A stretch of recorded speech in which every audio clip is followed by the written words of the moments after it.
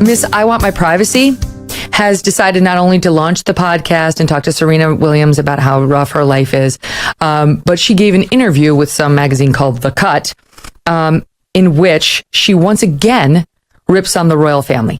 Now, the only reason we know who you are is because you married into the royal family.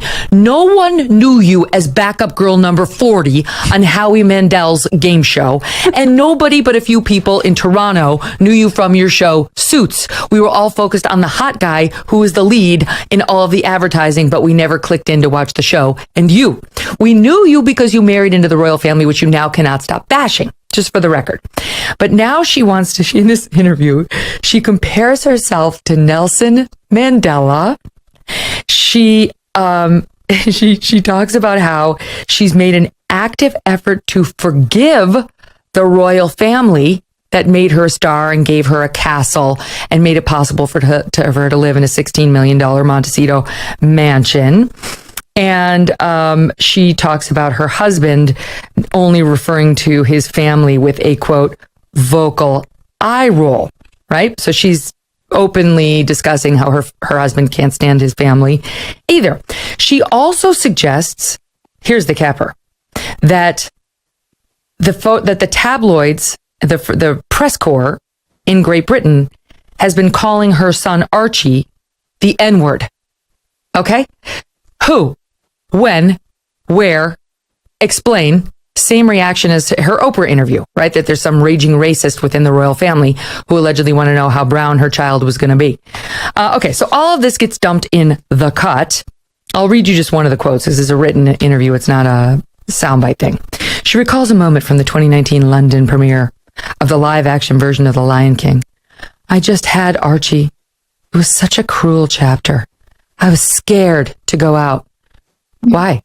You had like armed security everywhere, paid for by the royal family. Why? What? Then she goes on to say a cast member pulled her aside from the show. He looked at me and he's just like light. And he said, I just need you to know when you married into this family, we rejoiced in the streets the same as we did when Mandela was freed from prison. Is there any end to this person's narcissism? I read this because it was on the list of topics that we got, Megan. And I mean, I kind of recommend it because it really is a window into how vapid and incredibly boring and contentless this person is. Although I really did like her earrings. She looks amazing in all of the pictures. But on the side of the article, there's like other links you can click to that are 39 pairs of sneakers to upgrade your wardrobe and 14 luxury candles that are worth it. And I totally clicked on both of those links because those are a lot more interesting than she is. She really is empty. Yeah. But full of allegations about racism that she cannot support. Emily, the one that I just referenced was, why she's talking about releasing photos of her child. And she's mad that if you're part of the royal family, you're supposed to release them first to this group that's the UK media pool, I guess. And she doesn't like it because it includes the British tabloids, or it includes some people who don't like her. Why would I give the very people that are calling my children the N-word a photo of my child before I can share it with the people that love my child? Who called her child the N-word? I mean, like, if you want to scrub the internet for the nastiest comments about you and your child, you can do it. I can do it right now. I can list you the worst things in the world. That doesn't... What stands out here is the bigger issue of credibility. When serious accusations are made publicly, the audience naturally wants to know three things: what exactly happened, who witnessed it, and what evidence supports the claim. Without that context, an allegation can become more powerful than the facts available to evaluate it. And that's important because there is a difference between criticizing the monarchy, criticizing the British press, and making a specific accusation about an individual or institution. Those are very different claims and should be examined separately. The other interesting question is strategy. Meghan's public image has increasingly been built around controlling when, where, and how her story is presented. that can create a sympathetic platform, but it can also invite greater scrutiny because audiences eventually start asking whether they're hearing new information or another chapter of an already familiar narrative.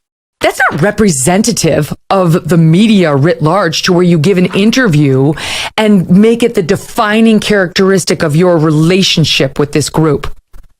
Well, exactly. And it's so incredibly unhealthy. We see this happening from the left constantly with the definition inflation. They blow up things that are wildly beyond their proportion to make the country, to make the West seem so much worse than it is, which is actually really tragic because we have made so much progress in such a short amount of time that to rewind the clock and blow this out of proportion is actually like a really, really messed up thing to do, especially from somebody whose success is built on the fact that they are an African American that was brought into the British royal family and was thus treated, especially in the American press. There's a difference between the American and British tabloid circus for sure, but in the American press was absolutely feted, was treated with the most like love and kindness. You see that in the Cut article where the author writes the sort of stream of consciousness admission that she was worried that when Meghan reads the article, something might be unintentionally interpreted as a dig or an insult. And for a reporter to say that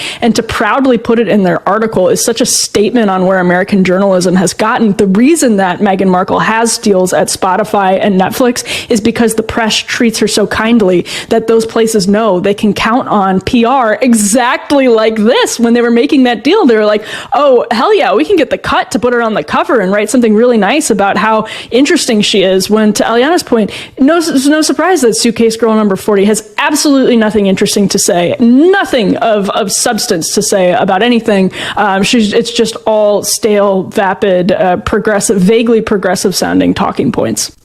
Ultimately, the most important issue isn't whether people like Meghan Markle or dislike her.